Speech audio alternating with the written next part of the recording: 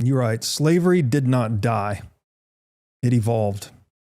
Yes, the brutal imagery of whips and auction blocks has mostly faded, yet the essence endures. Systematically appropriating a person's work by force. Although today's outward trappings differ radically from chattel slavery, the same principle endures. Same form, different matter. What once bound human beings with iron shackles now ensnares them through currencies, contracts, and credit systems. Could you, I'll read one more excerpt. It's a little bit further down, and then I'd love to hear you sort of wax on this a bit. Indeed, profound material differences separate historical bondage from the modern economic injustices we face. Yet the form of the violation, the coerced extraction of another's work, remains the same. By highlighting this continuity of form, we do not trivialize or erase the immeasurable cruelty of chattel slavery. Rather, we show how a timeless evil adapts itself in new guises. What once required physical shackles and overseers now achieves the same end through economic subjugation, draining work while keeping people blind to its machinery. If we refuse to name it for what it is, we risk letting that evil flourish once again, only with subtler methods and sanitized rhetoric.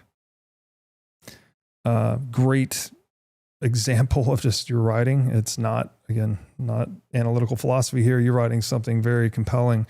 And from the heart. And from the heart, yeah. So maybe we didn't get much into your military background, but maybe you could give a little bit of that and how it inspired you to start this book. Yeah. So, I mean, talking about the form of slavery, you know, so we just got done talking a little bit about matter and form, you know, this hylomorphic answer. And like, when we're talking with form, we're talking about, remember, it's not things of, it's a category of belonging. What's its function, you know? So as I was getting the what is money question kind of answered, the next question that followed, okay, well, what is debasement, right?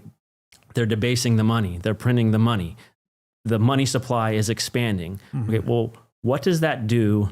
What does that mean technically and morally? You know, that's kind of like, that was the next stage of my like inquiry. You know, it's like, okay, when they're debasing the money, it's diluting, right? They talk about diluting the value, but what is that? If money is this capsule, we could say money is the measure of value, and value is essentially the measure of motion towards an end. You know, what can actualize your needs? Yes. Going back to Aristotle, it's like, so when they dilute that, they're diluting the value. They're extracting stored value in a money and putting it in something else. It's like, okay, well, what is that value? Okay, it's that motion. It's my work, my energy that I'm investing in to an end, to accomplish something, to create value.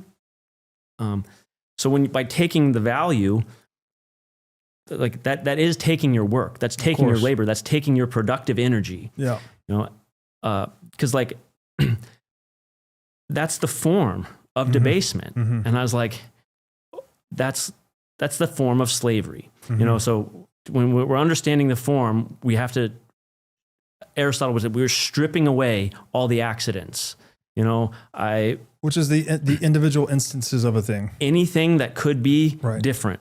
Yeah. And you're only, when they talk about the essence of a thing, it's the thing that remains unchanged, that doesn't, like, nothing, you know, it's like, I have a height, you know, I could be an inch taller, I could be an inch shorter, you know, like, but that height itself, that property is unchanging, like extension, every height, length, width, anything like that. So triangle having three sides. The triangle's perfect example of this, you know, so you have, so what is a triangle? You know, it's like, okay, well, its form, the principles that do not change, you know, three sides all adding up to 180 degrees, you know, it's like, okay, do some triangles look different?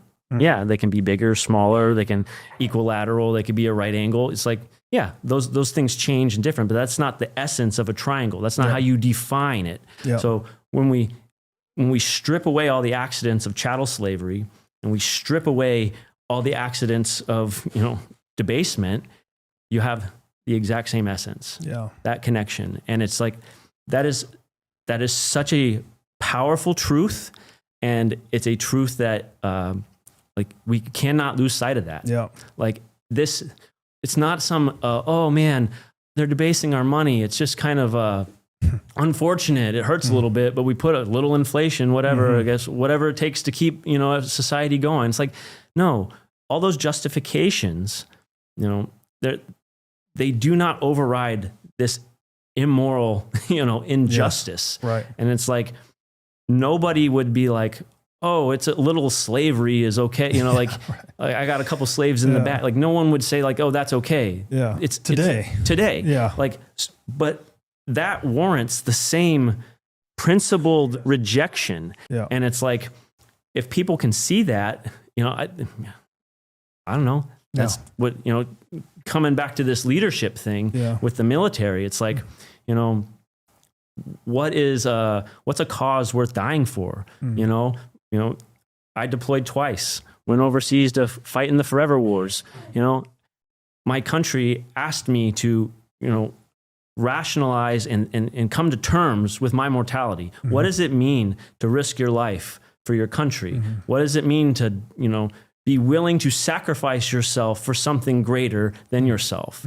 And like, you could call it, I drank the Kool-Aid and did the propaganda and like, I'll go die for my country. But like the funny thing that happens there is I took it to heart, Yeah. and it's like when something is worth it, like you do anything for it. And it's just like, this economic slavery, I feel it, I'm thinking about my kids. I'm thinking about my wife, like providing for my family, and we're all in bonds. Yeah. And I am not going to, I'm not going to sit by on the sidelines and let this happen and just hope that like I make it and that it's okay. That's why I had to write this book, to lead, to say, hey, this is alert people. So this is what's going on, and we need to act appropriately. Yes.